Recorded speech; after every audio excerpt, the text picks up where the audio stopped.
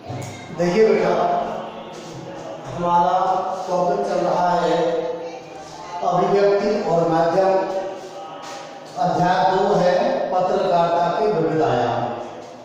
इसमें हमारा जो टॉपिक है वो चल रहा था संपादन के सिद्धांत। और संपादन के सिद्धांत में हमने तथ्यपरकता को पढ़ लिया है। अब दूसरा जो पॉइंट है संपादन के सिद्धांत में है वो है वस्तुपरकता। दूसरा पॉइंट क्या है? वस्तुपरकता।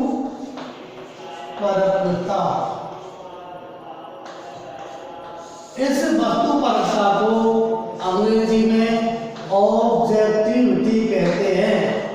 ऑब्जेक्टिविटी कहते हैं। अब आप देखिए, तथ्यपरकता और वस्तुपरकता में जो है वैसे तो एक समानता सी है, लेकिन वस्तुपरकता तथ्यपरकता से थोड़ी सी भिन्न है। उसको हमें समझना बहुत जरूरी है। ये हालांकि एक जैसे होते हुए भी ये दोनों अलग विचार हैं।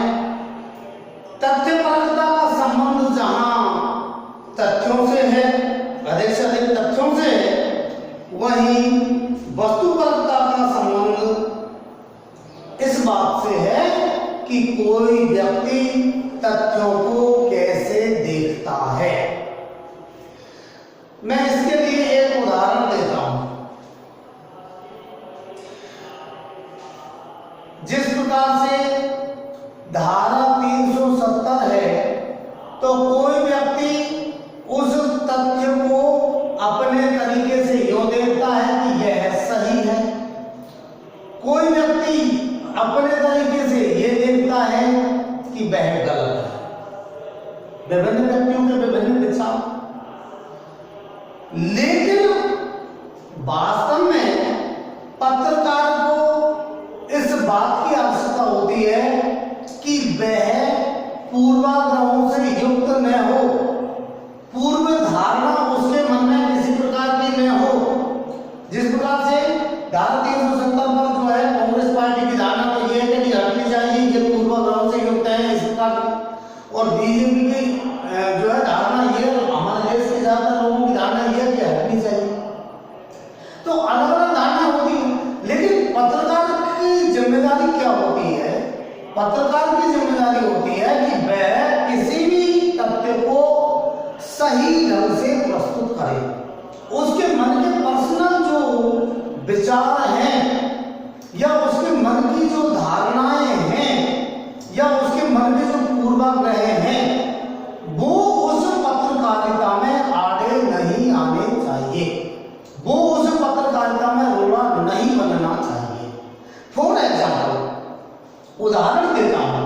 माना कि कोई पत्रकार मुस्लिम है,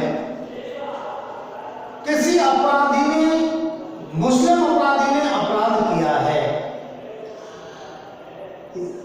या हिंदू अपराधी ने अपराध किया है, तो उस पत्रकार की जिम्मेदारी होती है कि वह सही चीज को प्रस्तुत करे। मुसलमान होने के नाते उसे मुस्लिम का पक्ष लेकर के उसकी पत्रकारिता में उसकी जो है सपोर्ट नहीं करनी चाहिए। या हिंदू पत्रकार है, मुस्लिम के साथ में अपराध हुआ है, तो हिंदू होने के नाते उसे जो है उसकी पत्रकारिता में उस हिंदू ने जो है हिंदू का पक्ष नहीं करना चाहिए। निष्पक्ष उसकी पूर्व धारणाएं, उसके पूर्व विचार, ये पूर्व धारणा उसके मन में नहीं होनी चाहिए।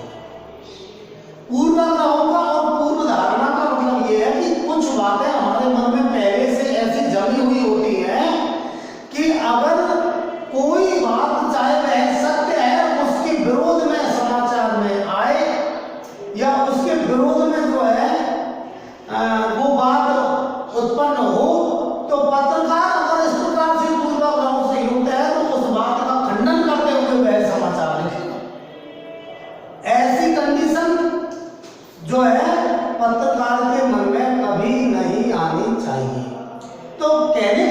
करूं। वस्तुपरकता क्या है? वस्तुपरकता है तथ्यों को देखने का तरीका। तथ्यों को देखने का तरीका, हम किसी तथ्य को किस ढंग से देख रहे हैं, इसमें हमारे मन में अगर किसी प्रकार की पूर्व धारणा या पूर्व विचार बने हुए हैं तो उनके अकॉर्डिंग हमें नहीं देखना है, हमें वास्तविकता को देखना। यही तो वस्तुपरकता है। तो किसी विषय या मुद्दे के बारे में हमारे मस्तिष्क में पहले से बनी हुई जो छवियां हैं, वो समाचार मूल्यांकन की हमारी जो क्षमता है, समाचार का जो मूल्यांकन कर रहे हैं उसकी क्षमता है, उसको प्रभावित करती है। और हम इस यथार्थ को उन छवियों के अनुरूप, हमारे मन में जो छवियां बनी हुई हैं उनके अनुरूप देखने का हम प्रयास करते हैं। हमारे मस्तिष्क में अनेक मौकों पर इस तरह की छवियां वास्तविक भी हो सकती हैं, वास्तविक भी हो जाती हैं। वो छवियां वास्तविक रूप ले लेती है और हम किसी भी बात को उसी तरीके से धारणा ग्रहण करते हैं। पहले 2-3 साल पहले की बात है, पंजाब का एक सॉन्ग राइटर है, मुंबई में फिल्म इंडस्ट्रीज में नया लड़का है, तो उसका एक लेख आया था, मैंने शायद उसकी कटिंग रखी हुई है मेरे पास। तो उसने कहा कि आप किसी बात को किस ढंग से सुनते हैं,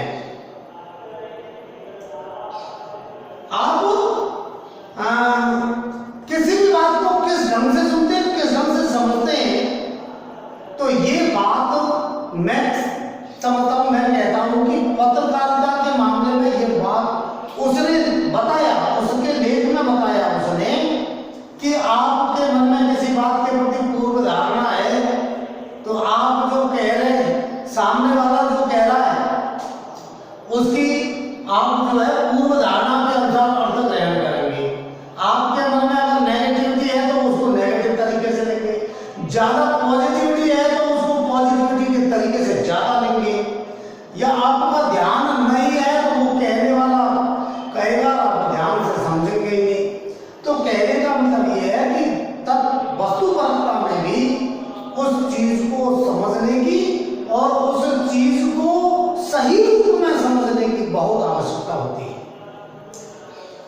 तो कुल मिलाकर के वस्तुपरकता ये भी कहा जा सकता है कि वस्तुपरकता की अवधारणा का संबंध हमारे सामाजिक, सांस्कृतिक, आर्थिक मूल्यों से अधिक है।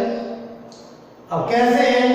मैंने अभी आपको एग्जाम्पल दिया हिंदू और मुस्लिम संस्कृति वो के पत्रकार कि हमारी संस्कृति, मान लो हमारी हिंदू संस्कृति की किसी बात का खंडन हो रहा है और मुसलमान पत्रकार है, तो मुसलमान पत्रकार को ये चाहिए कि इसमें क्या सत्यता है और क्या असत्यता है, उसी के आधार पर उसका विश्लेषण करें। या मुस्लिम संस्कृति का किसी बात का पर जो है, संस्कृति पर जो है लिखना है, तो उसमें क्या अच्छाई है क्या बुराई है, इसका विश्लेषण हिंदू पत्रकार को सही ढंग से करना चाहिए। ये नहीं कि ये मुस्लिम संस्कृति है इसलिए हम इसका विरोध करते जाएं। वास्तविकता क्या है, सत्यता क्या है, ये उसे देखना चाहिए। तो हमारी इन परिस्थितियों से भी है, हमें ये मूल्य हमारे सामाजिक माहौल से मिलते हैं, हम समाज में जी रहे हैं, जैसा माहौल हम देख रहे हैं वो मूल्य हमें मिलते हैं। हम जैसे परिवार के वातावरण में जी रहे हैं, हमारे सामाजिक मूल्य हमें उनसे मिल रहे हैं, हमारे आसपास के जीवन से।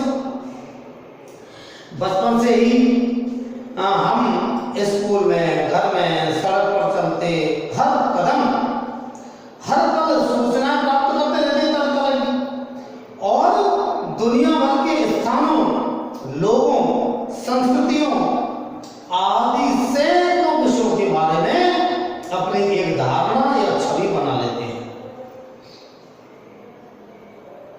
पाकिस्तान के बारे में हमारी क्या धारणा बन रही है, अमेरिका के बारे में क्या धारणा बन रही है, चीन के बारे में क्या धारणा बन रही है, या फिर हमारे पड़ोसी के बारे में हमारी क्या धारणा बन रही है। हम उनमें जीते हैं और हम जो है उसी प्रकार की हम धारणा बना लेते हैं। वस्तुपरकता का तकाजा यही है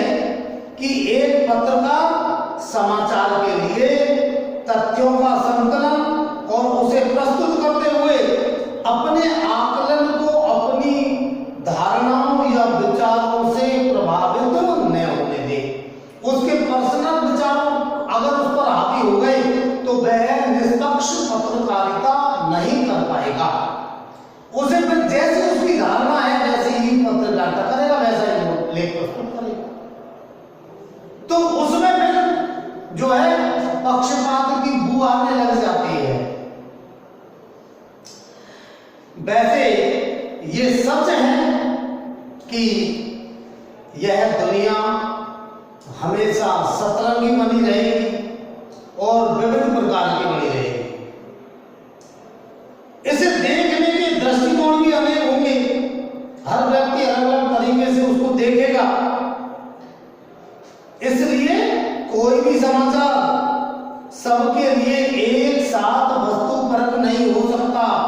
एक समाचार एक व्यक्ति के लिए जो सही है वह दूसरे के लिए जो है नहीं भी हो सकता है, इसलिए वस्तुपरक नहीं हो सकता। लेकिन ये पत्रकार को ध्यान रखना है, ये पत्रकार को ध्यान रखना है कि हमें वस्तुपरकता के साथ ही समाचार प्रस्तुत करना है। आम आदमी की अलग धारणा है।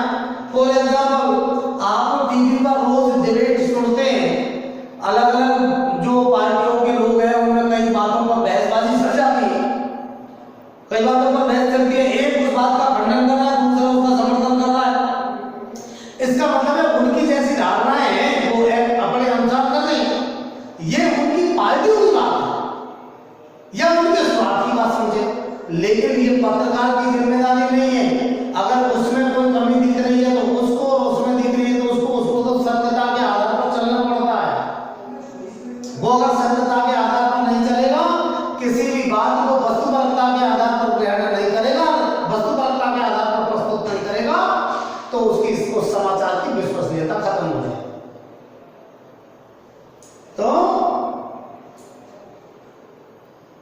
तो एक ही समाचार जो है किसी के लिए वस्तुपरक हो सकता है, किसी के लिए पूर्वाग्रह से प्रभावित हो सकता है। लेकिन एक पत्रकार को जहां तक संभव हो अपने लेखन में वस्तुपरकता का ध्यान रखना जरूरी होता है। तो ये हुआ दूसरा पॉइंट, कौन सा? वस्तुपरकता। पहला हो गया तथ्यपरकता, एक्यूरेसी, दूसरा हो गया वस्तुपरकता, ऑब्जेक्टिविटी। अब तीसरा जो पॉइंट है वो है निष्पक्षता। निष्पक्ष। अब आप देखिए, इसको फेयरनेस बोलते हैं। क्या बोलते हैं? फेयरनेस। निष्पक्षता को अंग्रेजी में बोलते हैं फेयरनेस। अब आप देखिए, अगर आप में वस्तुपरकता नहीं है, किसी भी वस्तु को, किसी घटना का, किसी बात का आप सही मूल्यांकन नहीं कर पाते, अगर आप पूर्व धारणाओं से या पूर्वाग्रहों से युक्त होकर के उसको ग्रहण कर पा रहे हैं, तो जो है आप निष्पक्षता के तरीके से पत्रकारिता नहीं, आप निष्पक्ष पत्रकारिता नहीं कर पाएंगे। निष्पक्ष पत्रकारिता आप नहीं कर पाएंगे। कोई कंडीशन ही नहीं है कि आप निष्पक्ष पत्रकारिता कर दें। और एक पत्रकार के लिए ये जरूरी है कि वह किसी जाति, किसी धर्म, किसी जो है समुदाय, किसी क्षेत्र विशेष से जो है पक्षपात करके पत्रकारिता न करे। उसके लिए कहीं की भी, जहां की भी पत्रकारिता है, किसी भी क्षेत्र की या किसी भी जाति की या किसी धर्म की या किसी समुदाय की या किसी विशेष वर्ग की है, तो उसे उन घटनाओं को निष्पक्ष तरीके से प्रस्तुत करना चाहिए। निष्पक्ष तरीके से प्रस्तुत करना चाहिए। उसकी निष्पक्षता से ही उसके समाचार संगठन की साख बढ़ती है। समाचार संगठन की साख बढ़ती है। इस विषय पर अभी आपने रिपब्लिक भारत चैनल जो है समाचार चैनल और आज तक चैनल में आपस में कई जो है कुछ बहसबाजी छिड़ी हुई देखी है। हालांकि पत्रकारिता में ऐसा नहीं होना चाहिए। कहीं कोई किसी बात का पक्ष कर रहा है तो वहीं कोई किसी बात का, इससे उसकी विश्वसनीयता और उसकी साख खत्म होती है। उस साख को बोलते हैं टीआरपी।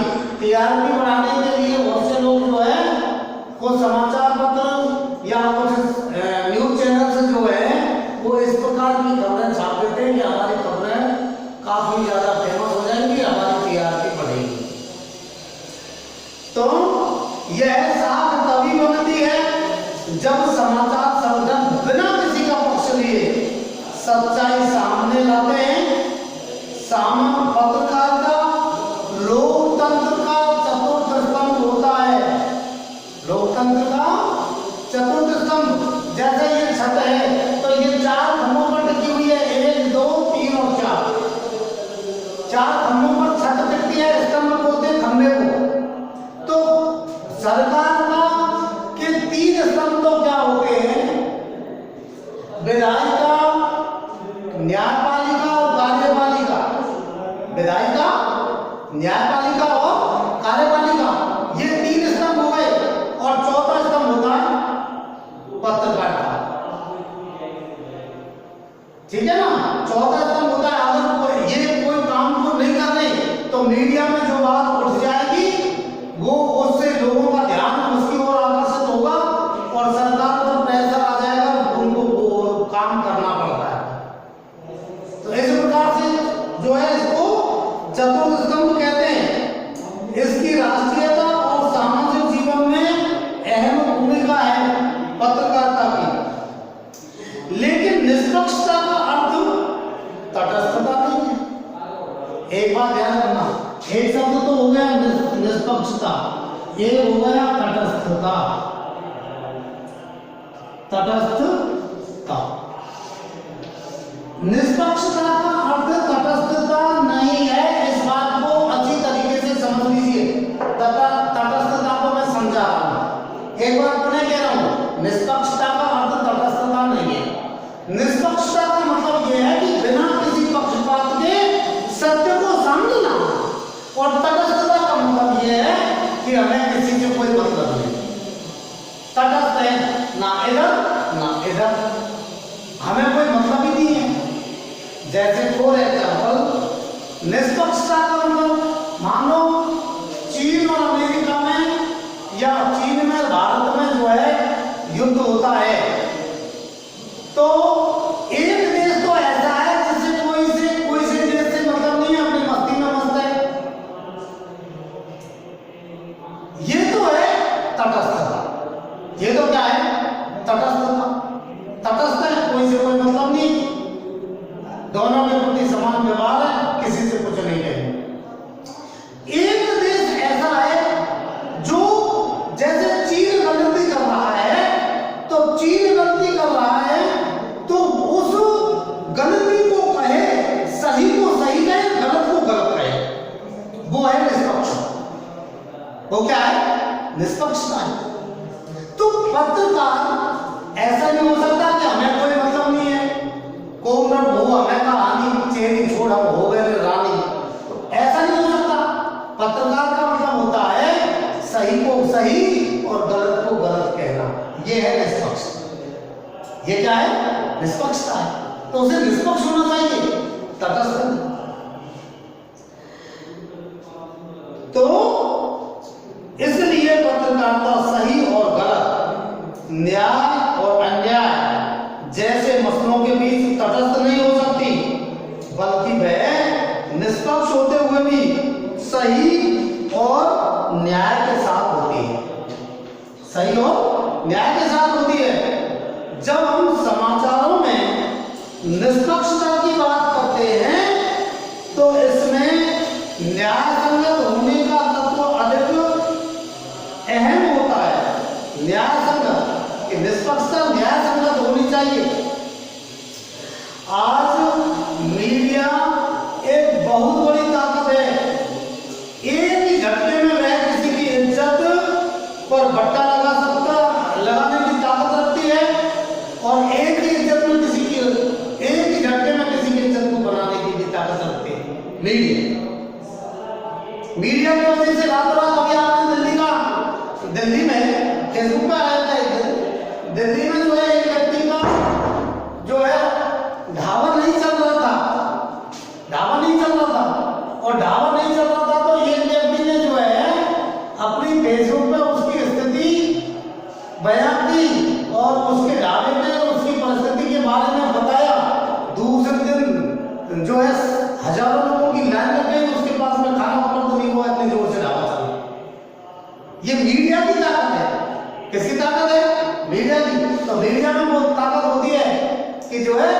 रातों रात किसी को जो है बचा सकती है।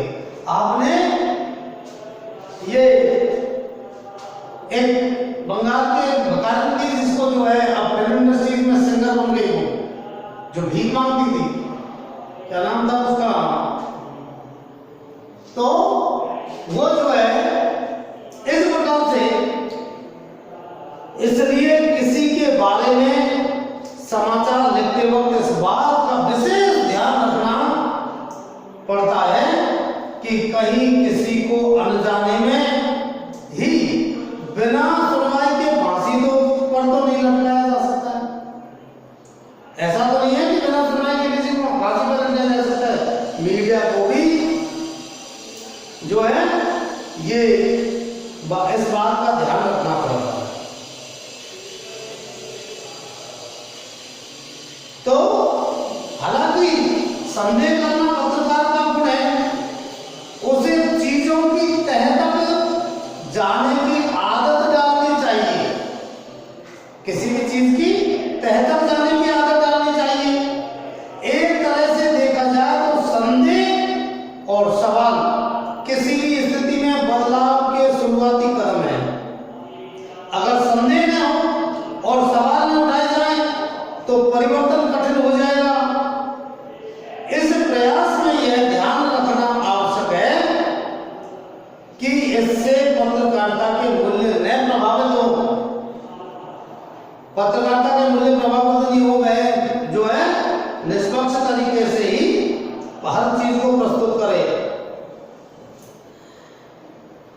ये बैसाखियां, संकट या दुविधा के समय उसके जो है काम आती है। अब आप देखिए, ये पॉइंट तो हुए आपके आज के, और कल हम इसके अगले जो पॉइंट है उनको बताएंगे। आज के लिए इतना ही।